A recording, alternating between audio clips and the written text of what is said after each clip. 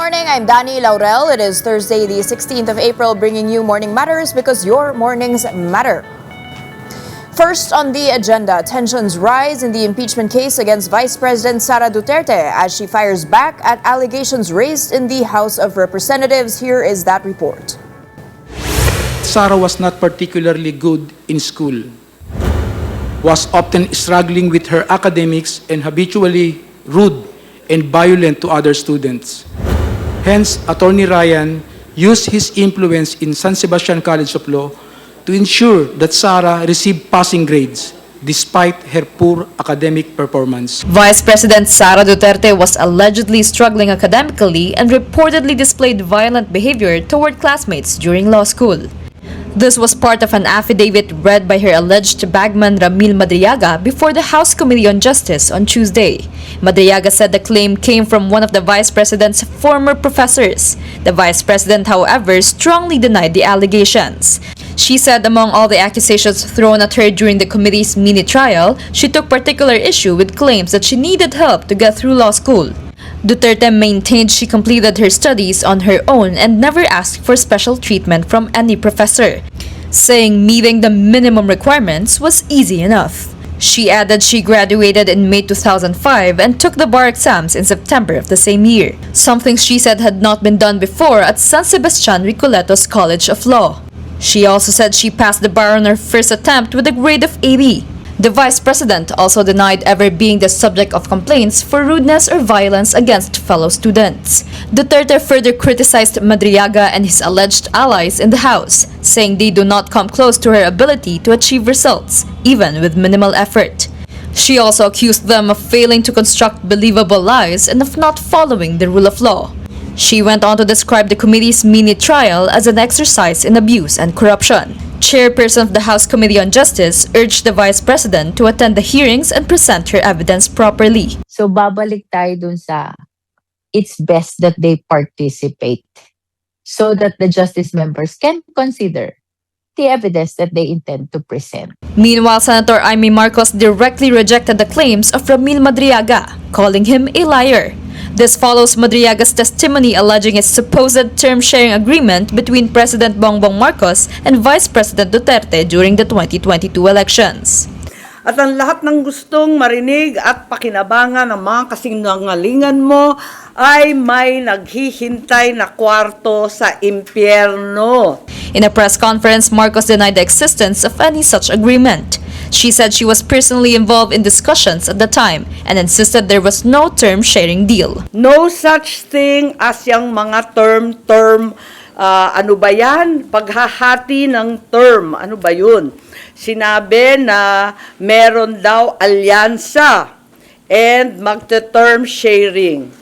Nako, talaga naman kasinungalingan yan. Marcos even presented alleged group chat messages labeled SCD-BBM, referring to the initials of Duterte and the President. One message suggested that Marcos would file his candidacy but still hoping Duterte would run for president so he could instead run as Vice President. November 12, ang liwanag naman ng statement ng aking kapatid, no to possible term sharing. Kaya tumigil ang mga nagchichismis ng kalokohan.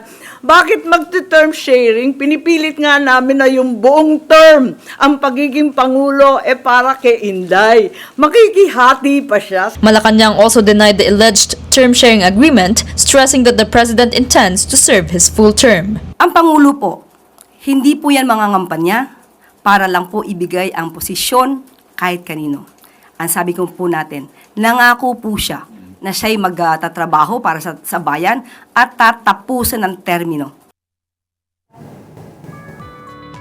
Meanwhile, Malacanang pushed back against former presidential spokesperson Harry Roque after he criticized President Bongbong Marcos' jogging on the Malacanang grounds.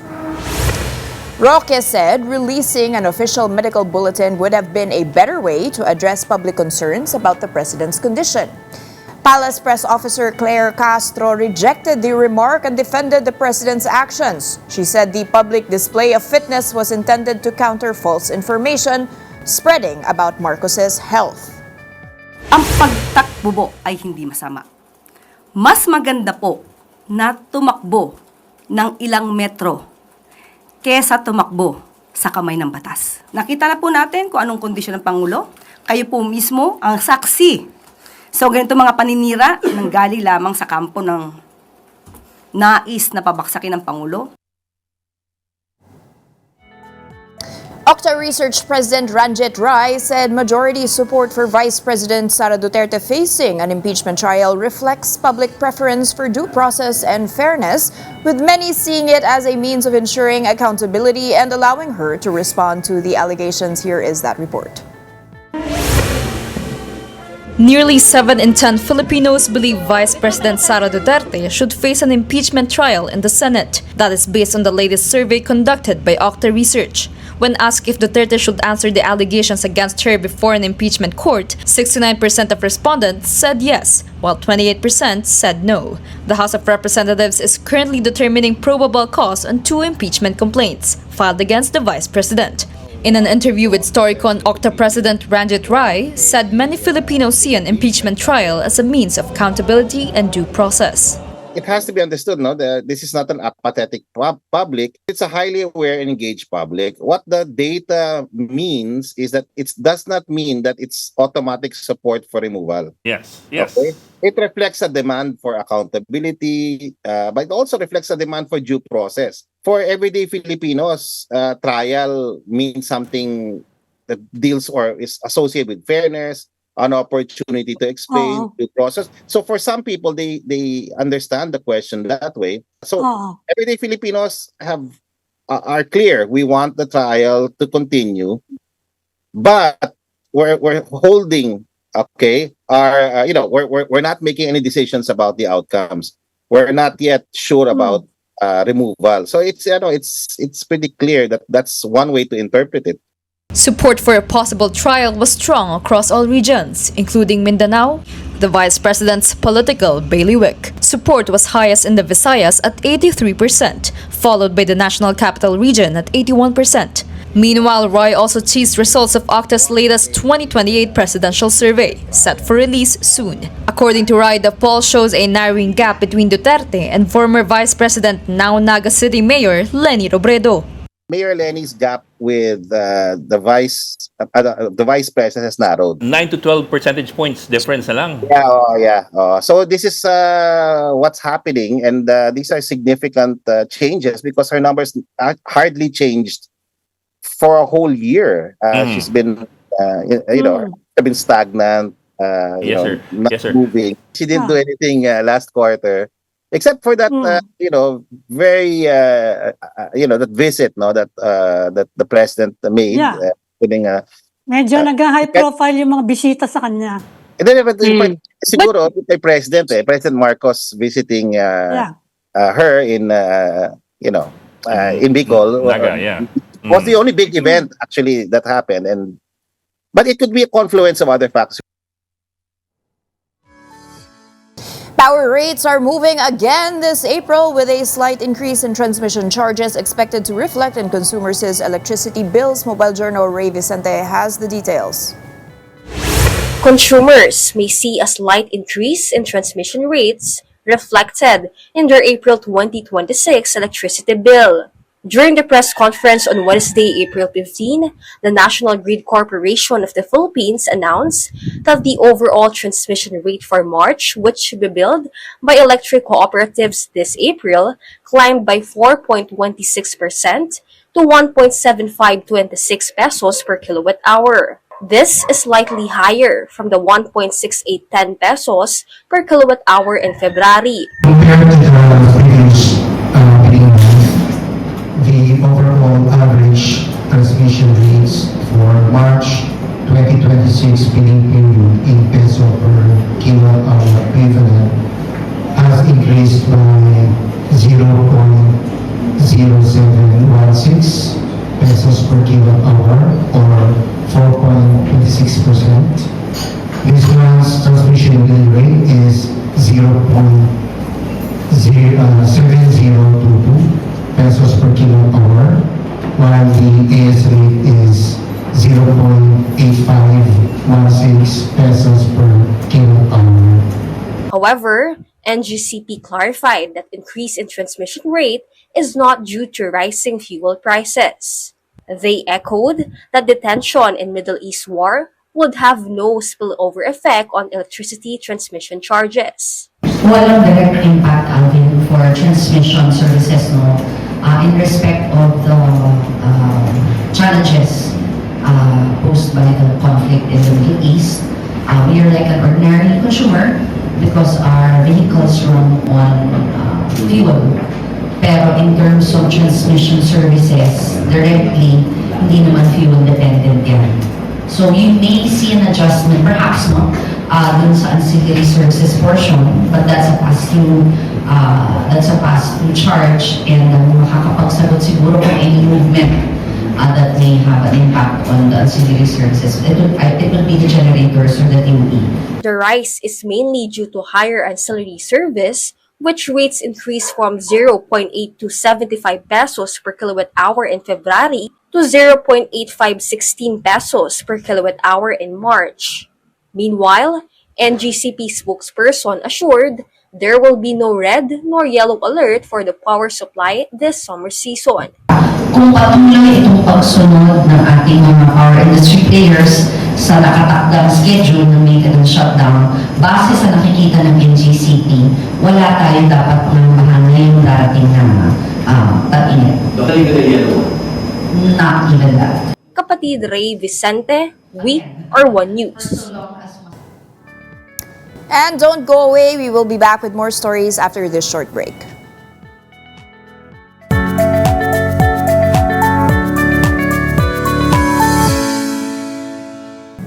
Good morning, I'm Danie Laurel, and here on Morning Matters, we talk about the most pressing issues and give you the context behind the headlines.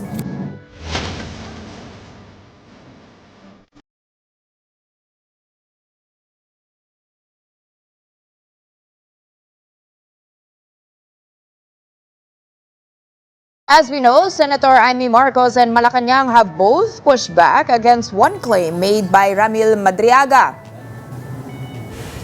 Senator Amy directly called his allegation on the supposed term-sharing agreement a lie and presented her own account of events during the 2022 elections. Castro, on the other hand, questioned Madriaga's credibility and called for focus on verified information.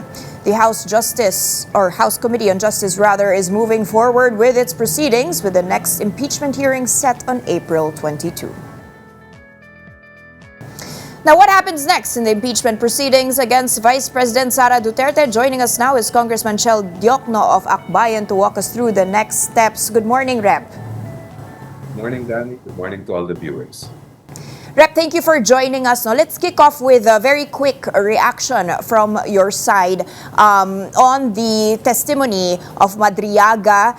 And especially in today's news point, some of his statements have been challenged by different parties, both of the administration and Vice President Sara Duterte's camp. Your thoughts on those, sir?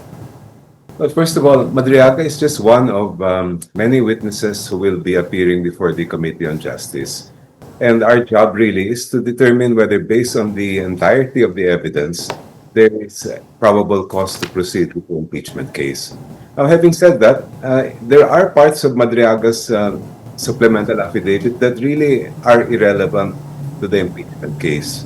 Yung mga nabanggit niya tungkol sa administrasyon, yung nangyari nung huling eleksyon, wala naman kinalaman talaga yan doon sa charges that are contained in the impeachment complaint. So what the committee really has to focus on are his statements in relation to the confidential funds and whether these really are supported and at least for purposes of probable cause will provide a basis to proceed.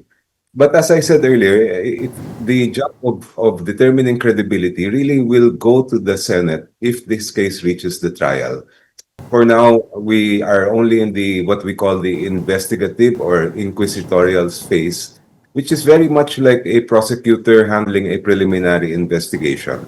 So titingnan namin yung kabuuan ng ebidensya and on that basis later on make decide whether there is probable cause to proceed with the case or not. Rep, as a lawyer, no, how can we understand as normal people the difference between this as evidence and this, which they've called a mini trial? There's not supposed to be this level of evidence or probing, and this just as a step in determining whether, in fact, it's strong enough to go to a trial. How can we understand this nuance? We look at all the evidence presented. For example, for me, what one very telling piece of evidence that came out in the hearing on last Tuesday was the disclosures made by the Commission on Audit resource person, Attorney Capora, who spoke about the fact that the notices of disallowance from the Office of the Vice President were appealed by the Vice President and other officials from the OVP, but the notices were affirmed by the Commission and Bank. That to me is a very indicative because when of disallowance is affirmed on appeal by the COA, it imposes an obligation on the persons responsible, the Vice President and others in her office, to restitute the amount. Dapat isusoli niya yung pera. Now, to me, that is an indication as well that the confidential funds were not properly used by the office. But of course, these are determinations that we will make later on at the end of the hearing. Nabigla lang ako nung nabanggit ni COA resource person yun because it's very clear under the Joint Circular on the use of confidential funds what it means when we speak of a note of disallowance that's affirmed on appeal by the COA. Maaari rin pa rin ma-appeal yan sa Supreme Court, but that kind of appeal would be discretionary. What we can say as of now is that there is a finding by the Commission on Audit. Okay. And what should the public expect on April 22nd? You have Madriaga willing to waive his bank secrecy rights. Are they going to be presenting evidence related to that still? The subpoena on the SAL-ends of the Vice President. And again, what would be the purpose for Trillanes to be called as probably a witness? Next hearing on the 22nd, I believe, will focus more on the other charges contained in the two impeachment complaints, particularly the allegations of unexplained wealth. And that is one of the reasons why Senator Trillanes will appear. That's also why several other documents relative to that issue have been subpoenaed by the Committee on Justice. As for the Madriaga Bank waiver, yes, there should be further action taken by the committee on that because whenever there's a witness or resource person who appears in an impeachment proceeding in the committee, the best gauge of how to assess their statements as evidence is whether there are independent corroboration by others. So if, for example, he said that marami daw dumaan na pera sa kanyang mga bank accounts, then that can be verified and corroborated by the bank since he already executed a waiver. Has there been any further communication from the Office of the Vice President or the legal camp of VP Sara since that letter that was saying that this process is a mini trial and of course she has commented publicly against the Madriaga testimony, but what about direct communication regarding her participation in the next hearing? I'm not aware if any communication has been made. As far as I know, there is not. Okay, and so you expect her to not participate. Would this have any impact on the decision to move this to Senate? Well, first of all, I'd like to emphasize that, as the chair, Luis has said, the door is always open to the Vice President to appear and to participate in the proceedings. If she chooses not to do so, that's her call. But as far as we are concerned, we are determined to look at the evidence and to make our assessment of probable cause when all the evidence has been put before us. Are there any potential delays that you could see in the process so far? Will there be appeals? I recall she filed another one on the Supreme Court that was the TRO, which was dismissed. Anything else that could delay the process that would, or even fast track it on the contrary? Well, the only possible delay that I can foresee is if the court would issue a temporary restraining order. But none has been issued so far, and that is a signal that we can and we must proceed. So without a TRO, dapat tuloy na tuloy yung susunod na hearings. Okay. Rep, let's talk about the larger implications of this on the governance model of the Philippines, no? Because I've had some analysts discussing why is the popularity of the vice president still the same or even increasing heading into the elections despite this impeachment proceedings that are against her. Can you give us an understanding of that? Because the people are a lot are still supporting her regardless of this situation. Well, it's very hard to discern the actual reasons for that. But perhaps one factor is the fact that so far, even from last year up to just recently, the impeachment proceedings have been opaque. What I mean is that there so many procedural issues were raised that it never got to the stage where we are now in terms of the presentation of evidence. In an impeachment proceeding, it's not just the members of the Committee on Justice who hear and determine, look at the evidence. Lahat naman tayo, it's the people ultimately who we represent will judge the proceedings. And we have been waiting, I speak for so many of us, we have been waiting for this particular stage where the evidence is presented because that's the only time we can really assess whether there's basis to proceed or not. So in that respect, I'm quite happy that we have reached this stage. I hope that we can finish our job and do the determination of probable cause at the end of the hearings para we can put a close to this stage of the impeachment case. Rep, I'll nuance that or anecdotally, no? I've talked to some analysts and they're saying, when you talk to the masses, sinasabi nila, yung boboto dyan, whether she will be impeached or whether that will go to the Senate, are members of the House of Representatives, such as yourself in Congress, and several of them themselves are facing corruption allegations, some tied to the administration, to the flood control. So for a lot of people, they're like, why are these people who are in the middle themselves of corruption allegations the ones voting for or against the impeachment of the vice president? Can we try to reassure the public that, you know, the voting process, the House of Representatives has a level of integrity, of course, as we proceed with this? First of all, as a member of the Akbayan party list, I am for accountability, whoever is involved, whatever transactions have been, they have been involved in. In fact, if you recall, when the flood control issue was first heard in the House, I made a motion that all members of the committee should make a full disclosure of any conflicts of interest they have, because that was an inquiry in aid of legislation, and that's provided by the rules of the House. Now, insofar as impeachment cases are concerned, the Constitution and the law is very clear. Our job is to look at the evidence and determine probable cause.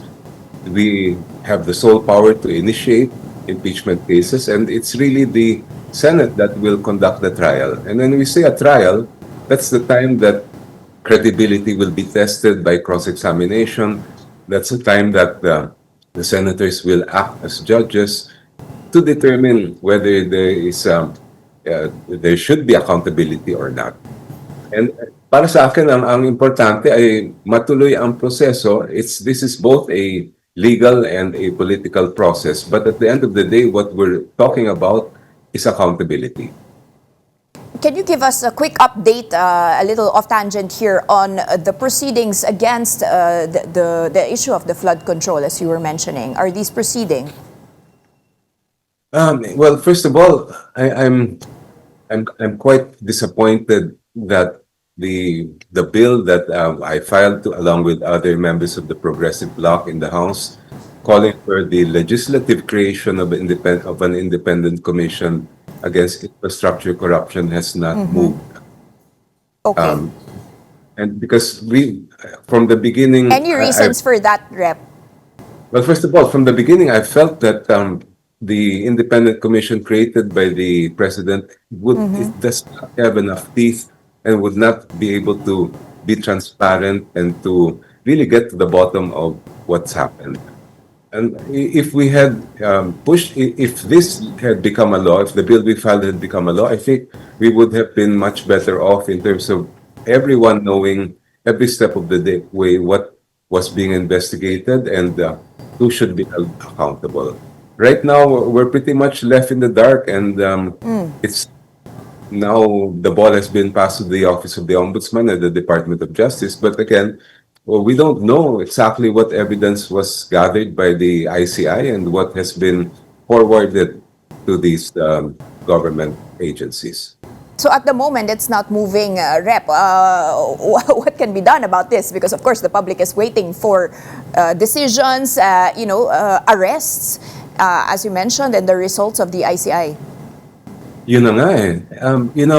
Ang sigaw ng bayan ngayon ay yung mga nasa likod nitong katiwalian ang dapat managot. And Correct.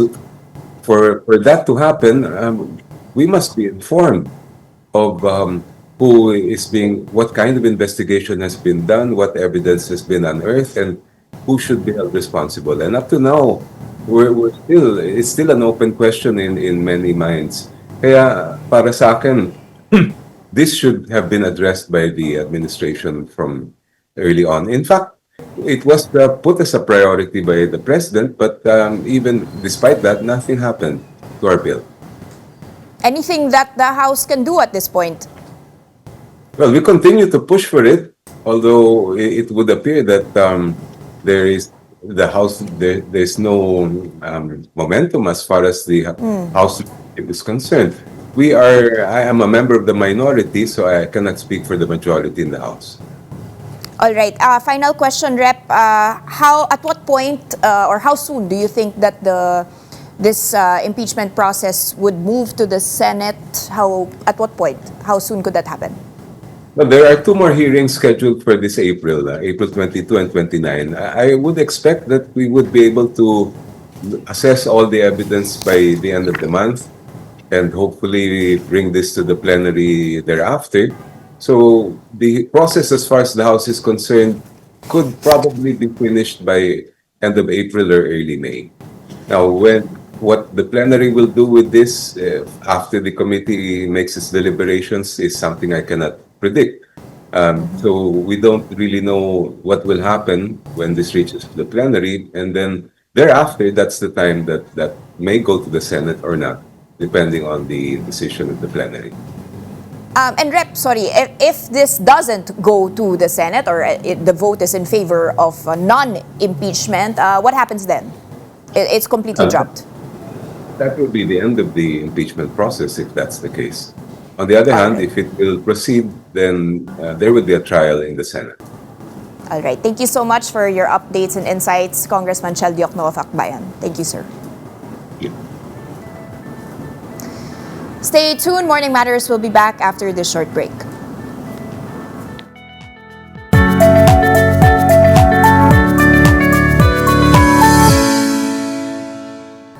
Welcome back. You're still watching Morning Matters here on One News. The government has officially launched its service contracting program. However, the transport sector is not yet convinced about the initiative. Mobile journalist Arles de los Santos reports. April 15, day 1 of the national government's service contracting program, buses along EDSA Carousel can be seen bearing signages, proof they are participants in the initiative. Here, government pays PUV drivers 100 pesos per kilometer for buses, 40 pesos for modern PUVs and UV Express, and 30 pesos for traditional jeepneys. All passengers get 20% discount fares. The discount is on top of the 20% senior citizens, persons with disabilities, and students are already receiving. Malaking tulong yun lalo po sa mga pasahero ngayon since yung nangyayari nga po na sobrang laki ng gastos, hindi lang po sa pamasahe which is sa iba din pong mga pinagkakagastosan. Unlike commuters, drivers are not celebrating. Few passengers mean they also earn less. Yung project na ito, sir, maganda naman kasi para ito sa mananakay, taong bayan. So, ang problema, sir, sa amin, sa side namin, manggagawa at saka sa operator, medyo, yung oras na ibinigay, kulang. The Transportation Department is appealing to drivers and operators to give the service contracting program more time. The DOTR believes participants will soon take home at least 1,000 pesos a day in the long run. Sana po pagbigyan na lang po, sabi ko sa mga tsuper na ganito, na tingnan po muna nila. No? Tingnan nila at kapag nakalahok sila dito sa net service contracting program, I can assure them po na hindi 500 lang po, hindi 500 pesos lang po may uuwi. The DOTR will also no longer oblige drivers and operators to install GPS, which will entail a 500 peso monthly payment for their trips to be monitored. The workaround? A QR code. It's a QR code, but the QR code will be given by LTFRB, at least for monitoring. Yeah. Naintindihan natin na yung mga ibang tsuper natin, ayaw talaga ng GPS, ayaw nga po magkaroon ng e-wallet eh. Gusto nila yung cellphone talaga nila, maliliit lang po. Talagang ayaw po talaga nila. Eh tayo naman, tayo na lang po mag-a-adjust para wala pong masabi. So we always find ways po to accommodate kahit papaano. And on the day the service contracting program is rolled out, Manibela also launched another series of strikes. The group believes this scheme is only a band-aid solution which will benefit only a few drivers. Manibela also criticized the lack of clear guidelines and routes for jeepney drivers under the program. Manibela's call is to bring back oil prices to 55 pesos per liter, to junk the older regulation law, and to suspend fuel excise taxes on diesel and gasoline. Kapatid Arles de Los Santos, we are One News. Meanwhile, the Manila local government is providing free rides for commuters affected by the transport strike. For more details, we go to Mobile Journal Jazz Paredes. Jazz, ilang commuters na ba ang nag-benefit from that free ride program? Yes, Danie, nandito tayo ngayon sa harapan ng Kartilya ng Katipunan kung saan ongoing pa nga rin yung libreng sakay ng Manila LGU. And kung makikita nyo sa aking kabilang side, nandito nakasituate yung kanilang Manila Incidental Post for Oplang Libreng Sakay, habang dito naman sa kabilang side ko ay yung mga nakaantabay nila na units, no? So for now, meron daw tayong 3 na naka-ready for the MTR, while 5 units naman yung nakaantabay for MPD. So ngayon, Dani, no, wala pa tayong na-report na sumakay for the libreng sakay dito dahil wala pa tayong reported na stranded passengers. Pero simula kahapon, nung nag-start ito ay around 100 plus yung naisakay nila hanggang 11 a.m. Pero for now, Dani, no, they're encouraging na kung meron bang stranded passengers or mga nahihirapang sumakay due to the strike today, ay pumunta lamang daw dito sa harap ng Kartilya ng Katipunan upang sila ay may accommodate. And for now, we're waiting na baka daw magkaroon ng tikal pasada ang Paco Rotonda, but wala pa tayong info today what time would that be, but ready daw sila ngayon, Dani, no, kung sakaling magkaroon tayo ng stranded passenger sa magiging tigil pasada ngayong araw. Alright, Jazz, funded ito ng LGU ng Maynila, no? Hanggang kailan kaya ito maipapatuloy? Kasi medyo mahal din magpalibreng sakay, no? And another adjacent question, no? Tuloy-tuloy pa rin ba yung subsidies sa mga jeepneys na binigay ni Isko for a guaranteed take-home pay? Yes, Dani, no. Actually, tinanong natin dito if hanggang kailan nila pinaplanong ituloy itong ating Oplan Libreng Sakay, at ngayon ay hindi pa sila makapagbigay ng definite kung hanggang kailan. Pero if this goes on daw, or yung 3-day strike nila, ay patuloy daw silang mag-aantabay dito ng libreng sakay dahil hindi nila anticipated kung hanggang kailan magkakaroon ng mga stranded passengers. Pero for now, tinitignan daw nila na baka hanggang bukas ay meron tayo ditong nakaantabay. And meanwhile, para doon sa fuel subsidy na binigay ni Mayor Isko, ay kahapon nga namigay siya ng mga fuel cards. And until now daw, ay ongoing pa yon para sa ating mga jeepney drivers. However, wala pa tayong notice kung ngayong ba, hanggang anong oras ngayong araw ay magkakaroon o mag-i-issue ulit para sa mga jeepney drivers natin. But aantabayan na natin yan, Dani. Maraming salamat for those updates. Mobile journalist Jazz Paredes reporting to us live from Manila. The Bangko Sentral ng Pilipinas has approved relief measures to help borrowers amid the ongoing fuel crisis linked to the Middle East tensions. The BSP is allowing a grace period of up to 6 months for loan payments and up to 1 year for agricultural loans subject to bank assessments. Now, loans may also be temporarily excluded from being classified as past due or non-performing for up to 1 year. The central bank is also urging financial institutions to waive fees on online transactions, including InstaPay and PesoNet. However, the central bank stresses that these relief measures must be targeted and prudent. The move comes as rising petroleum prices continue to drive up inflation and the cost of basic goods in the country.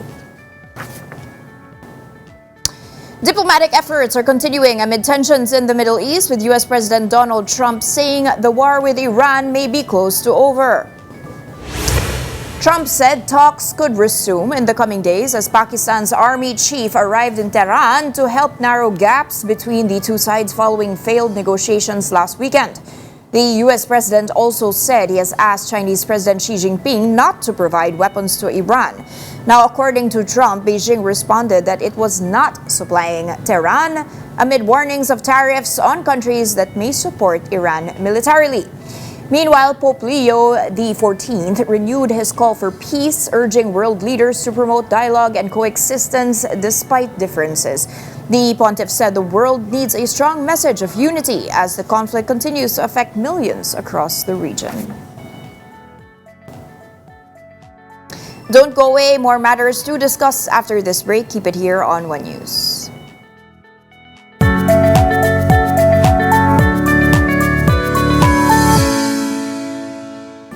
Welcome back, I'm Danie Laurel and you're watching Morning Matters. Summer is here and Lanco Lifestyle Ventures highlights its Life on Vacation, offering a new way to experience leisure, relaxation, and elevated lifestyle living. This is the life on vacation. Sun on our skin, perfect destination. Breathe it in, don't let it fade. Every day feels this way. And for more on this, we are joined by Janine Huang. She is the head of brand experience and hospitality commercial of Lanco Lifestyle Ventures. Good morning, Janine. Thank you for being here in studio. Thank you for having me. You know, it's so hot. I know. Out there. I know. And when I was looking at your portfolio, like, sarap naman to be in the beach these days. Correct. Well, tell us more, first of all, about your portfolio here at Lanco and where specifically these are located and what makes them different from each other. Right. So I'm here representing Lanco Lifestyle Ventures. It is the hospitality arm of Lanco Pacific. So we've been in the business of developing premium leisure estates for 30 years. Our first project was Punta Fuego. And slowly over the years, we have been expanding into more leisure lifestyle estates. So notably in our portfolio, we do have very drivable beach estates in Batangas. Okay. So you have Calatagan South Beach or Casobe. It has a lot of accommodations, very different accommodations like Crusoe cabins, cocoons, and we also have Club La Ia. Okay. Down Yeah, in San I've Juan seen La that. Ia. Yeah, it's a very exciting place. We also have hospitality concepts there, as well as our new condo, the Spinnaker. And of course, Punta Fuego is there as well. We have the residences at Punta Fuego for those that are looking for a more intimate escape. And our newest addition to the portfolio is John Hay Hotels. So if you wanted childhood memories, yeah, something different, you know, something colder, we have that in Camp John Hay. Okay, so is the objective for people in the city, the congested city, to get out, because you said it's drivable, no? And Yes. you mentioned Batangas. Is that the way that Lanco chooses the destinations? Definitely, because Okay. right now the promise is really we want everyone to remember that you can have a life on vacation. So Okay. what we promise, What does that mean? it's an escape. You know, Okay. life is I so would love hard now. that. It's the year of the horse. It's very busy. People are always stressed, and we just want to invite everyone to come over because we have a nice schedule of summer activities, summer experiences that they can experience at our beach properties, right? Just to get away from it all. And, you know, remember that you can have a little vacation. And you deserve it. Yes, After working exactly. so hard, and it's something very accessible, no? Actually, to my question, Yes. I was looking at your portfolio and I was thinking, is there a membership here? Do you need to be a member or can anyone access it? Because a lot of think it's very elite, it's very exclusive. I can't afford it, diba? No, actually, we're open to the public. Okay. But we do... Also Punta Fuego? Punta Fuego is an exclusive residential enclave. Okay. So it's a community that we're building there.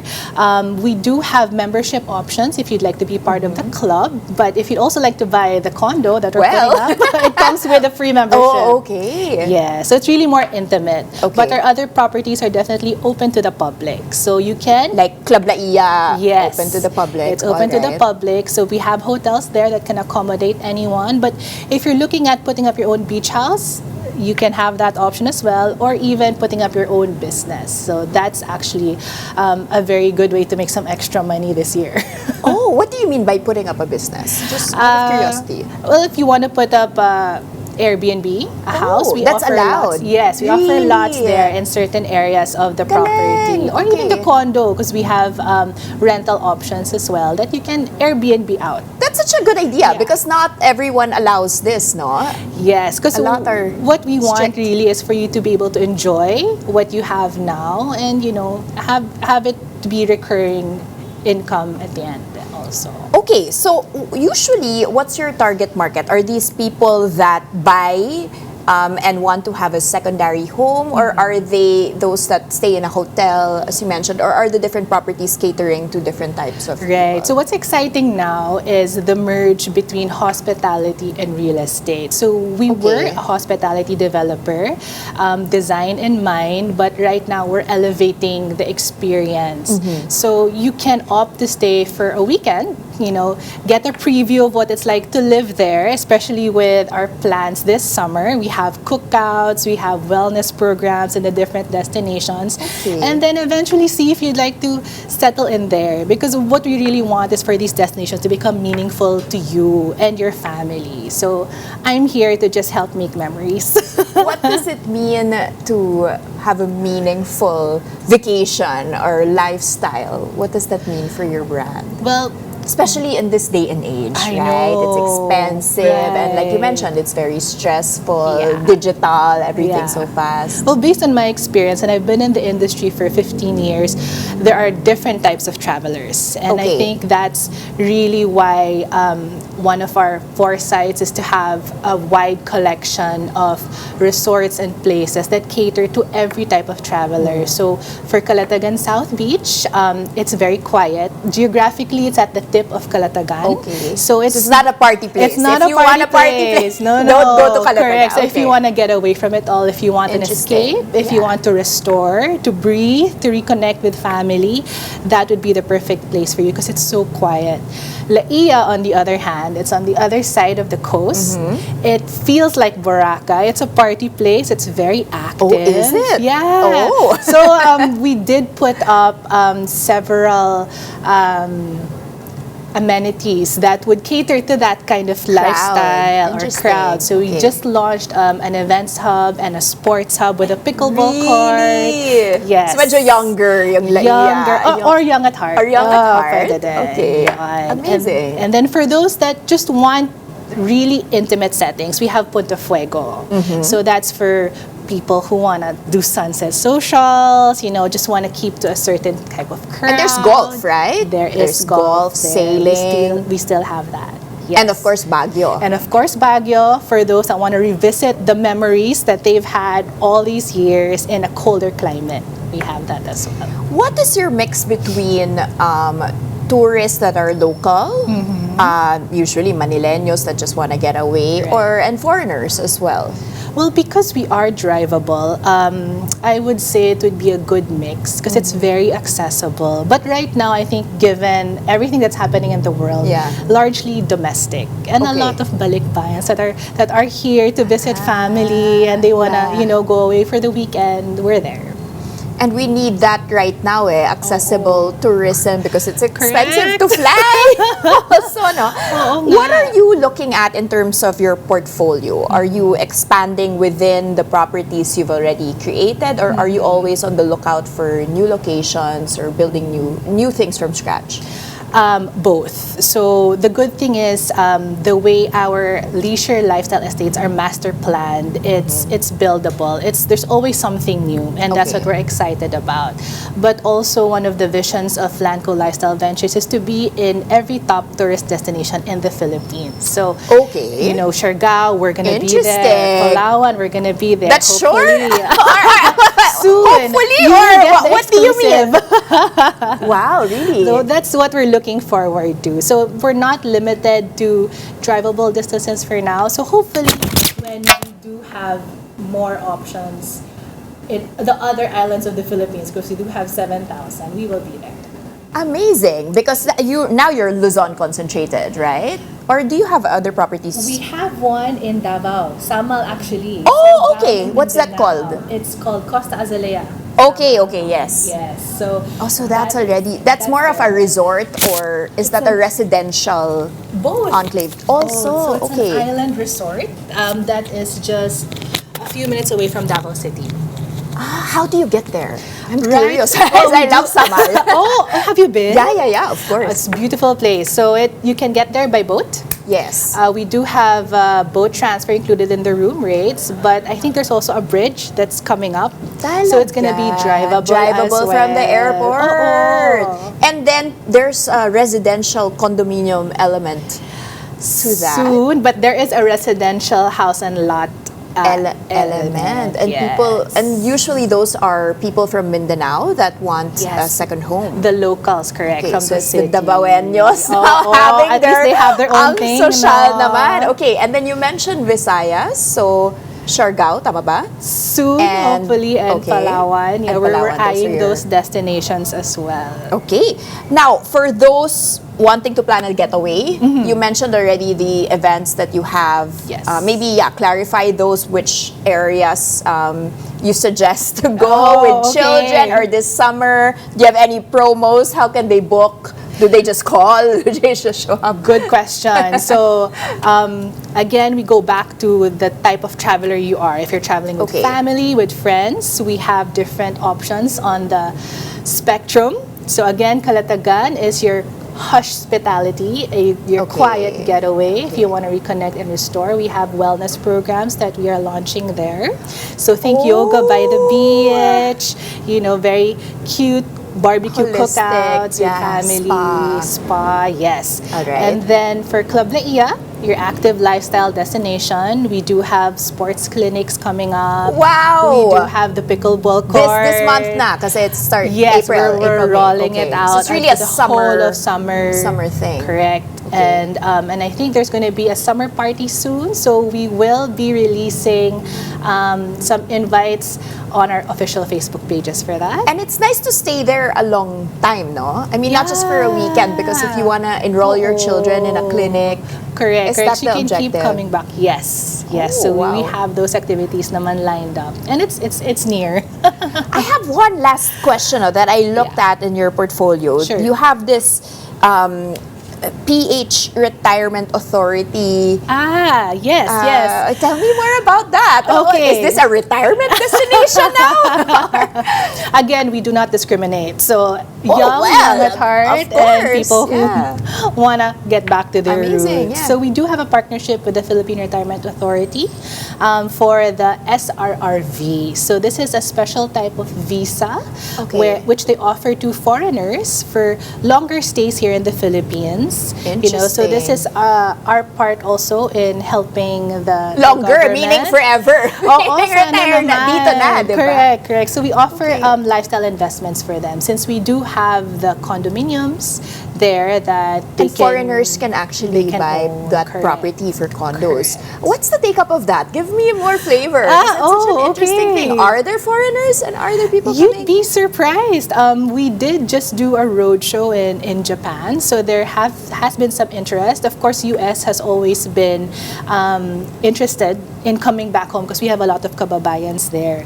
But what we're seeing is that it's not... Sorry, these are Filipinos that want to come back. Not necessarily. Not Okay. necessarily. But the So- US ones you mentioned. Okay. Correct. So US is more because of the connection of family here, but we're seeing other markets opening up which is, it's good news for Philippine tourism, actually, because people are recognizing the beauty of the country. They're seeing us as a viable destination to stay. And hopefully with our properties, they get to experience a little bit of that. That's amazing. So special resident retirees visa in the office. Yes. Well, last, how to book. I think you missed that. Correct. Most importantly, so again, to keep your summer vacations safe and secure, we do have official booking channels. You can book through our website. Okay. Our official Facebook pages as well. I think we should that are roll that, verified. And we are reachable through email and through telephone call.